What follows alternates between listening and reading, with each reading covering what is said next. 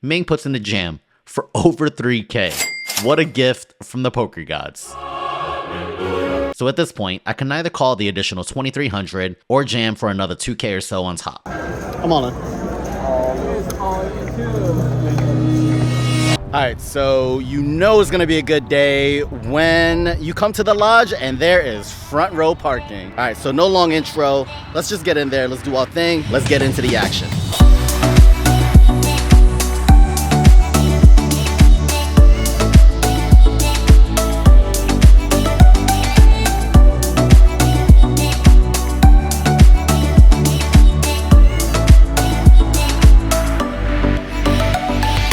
All right, so I started recording a little bit late, but here we are. We're already up 400 bucks. Let's go ahead and move on to our first hand. All right, first hand for the vlog. So it folds around to the small blind. Let's just call her Limp Calls a Lot. I've actually played with her in a different city nearby, and so I'm familiar with her style of play. She tends to limp call a lot of hands and overcalls raises even when she's out of position. So in this particular hand, she makes the call, big blind folds, and I raise it up to 100 with queen jack off. Pretty standard. She makes the call, and we're heads up to the flop. The flop is king 6-3 rainbow. She makes the check, and I bet a third pot, $65. She makes the call, and we're off to a turn. The turn is a jack of spades, bringing in the backdoor flush, but more importantly, it gives us a pair. She checks, and we check it back now that we have showdown value. The river is a 10 of diamonds. A couple of straights came in, but I don't ever think she has ace queen, and it's unlikely that she floated with queen 9. But anyway, she leads up for 130, and it's an easy call for us. She tells us we're good, and we take down another pot for the session.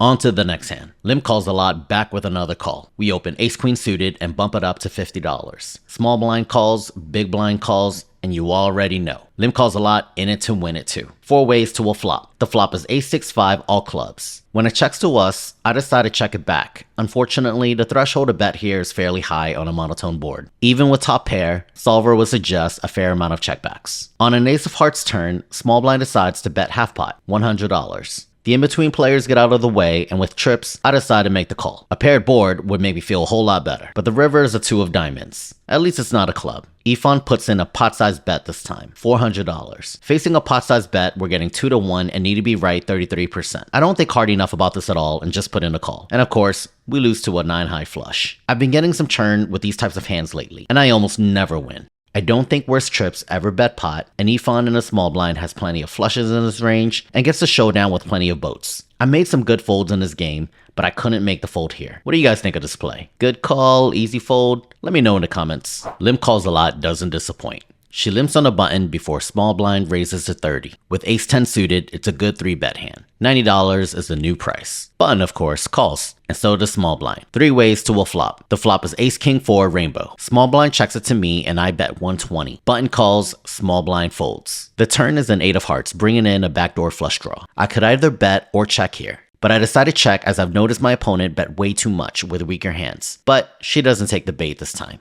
The river is a 10 of diamonds, giving us 2 pair. Time to get some value. I decided to bet $325, and we get a call. We show 2 pair, and so does she. Not sure if I get the value on a turn, so I'm glad I waited a street. Nice little pot.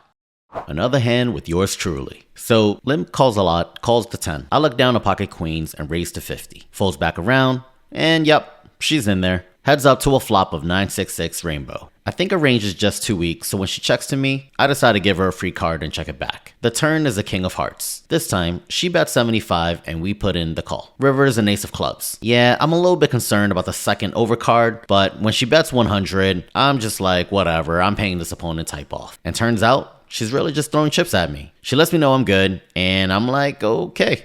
Cool. Limp Calls a Lot, back at it again with the limp. I'm on the button with ace queen suited, so let's raise it up to 100. Efon's on the big blind, and he 3-bets it at 350. The limper gets out the way and it's back on us. Efon's 3-bet sizing is small. I'm not sure what to make of it, but either way, we're calling with a bunch of our suited aces. So heads up to a flop. Flop's pretty good. Queen 7-7 rainbow. Efon chooses not to c-bet, which is unusual. I'm still thinking about that weird pre-flop sizing. Anyway, I think betting or checking is fine, but I wouldn't want to play 3 streets with a pre-flop aggressor. So this time, I check. The turn is a 10 of diamonds. Efon bets 250. I'm not leaving yet with top pair, so I'm putting in the call. River is another 10. Efon bets 600. Feels so value-y, but I don't think he's doing this with any weaker queen. After I call turn, I can easily have a 10 in my hand, and he knows this. I thought about this for a minute, and whatever it is, I don't feel like I have the best hand. so I fold. Feels weird to fold, but I think I made the right decision here. Hey guys, just a quick update. I actually had a chance to chat with Efon today, and I told him I was getting some commentary for the vlog, and shout out to him. He actually told us what he had for this hand. He actually had pocket kings, so we had a good fold. Again, well played, Efon. It looks like he was just slow playing us and hoping that we would bet when check two. Glad we had our spidey senses on, and we save ourselves 600 bucks. Next hand.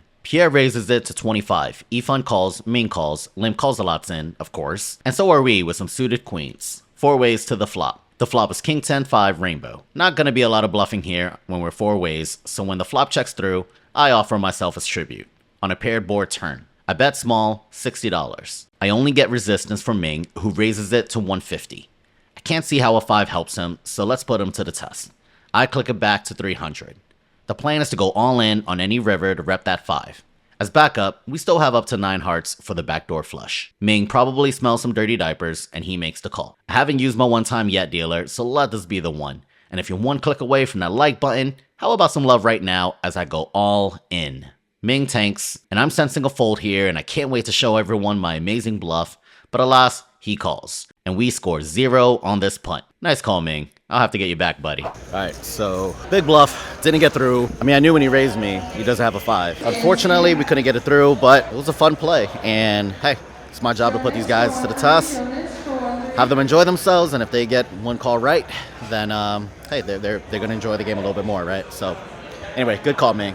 Nice job. All right, so we were eating food, so we didn't get this on tape, but we just lost a pretty big hand and dunked off about, I don't know, $1,000. Double board bomb pot. We ended up getting a straight on both boards. We block the nuts on both boards. And I don't know if you guys need to visualize it, but just know that there was only one combination of Jack 8 left, and sure enough, they had it. So we get scooped, lost $1,000. Yo, so it's the final hand of the vlog, and this is why you came. I opened my cutoff to 30 with 5-4 of hearts. Pierre 3 bets at a 100, so typical. Efon calls, Ming calls, and I have a cooler potential, so let's go for it. 4 ways to an amazing flop of 6-3-2, 2 spades. I flop the nuts. It checks to Pierre, who bets 250. Efon gets out the way and Ming calls. We're not slow playing this one, as a spade, 6, 5, or 4 can kill the action. I put in a small raise, targeting a call from Pierre's range of overcards and flush draws. He makes the call, so we know he has some strength. Surprisingly, Ming puts in the jam for over 3K. What a gift from the poker gods. So at this point, I can either call the additional 2,300 or jam for another 2K or so on top. If I knew Pierre had an overpair, I'd call and let him in for the best price possible. But if he's on a flush draw, I'm not sure if I want to battle it out with 2 hands. I decided to just be happy with what I'm given and just rip it in myself for 4.7K or so. Ming shows the overpair, and he's pretty much dead. The board runs out well, and we scoop a 10K pot.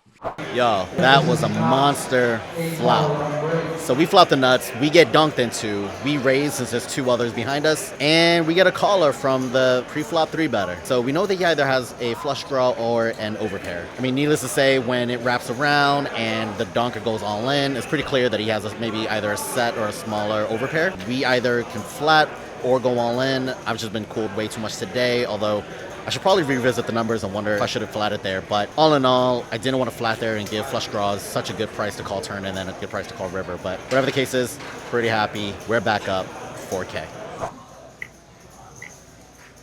All right, guys, so we are wrapping up. Not a bad result, especially after we gave away a lot of our profits early on. I know what you guys are here for. You guys want the numbers, so here we go. We are in the game for 5K flat and out the game for about 10.2 for a net profit of 5.2K.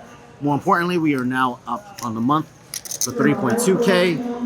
Not where I want to be, but I am glad to be back in the black. More importantly, I thought we played really well today, and you just need to rack some small wins so that way you can build some momentum for the month. It's only the 8th of the month. We still got a whole lot of poker left. Hopefully we'll run hot for a few games in a row, because that's the kind of momentum you need to have a big profitable month. But guys, if y'all reached the end, thank you so much. Thanks for hanging in with me. I am looking forward to bigger wins, and so hopefully we can get a big score over the next week. But otherwise, I appreciate y'all so much. I hope you guys have a great day, great weekend, great session. Run well, have fun. Love y'all. Peace.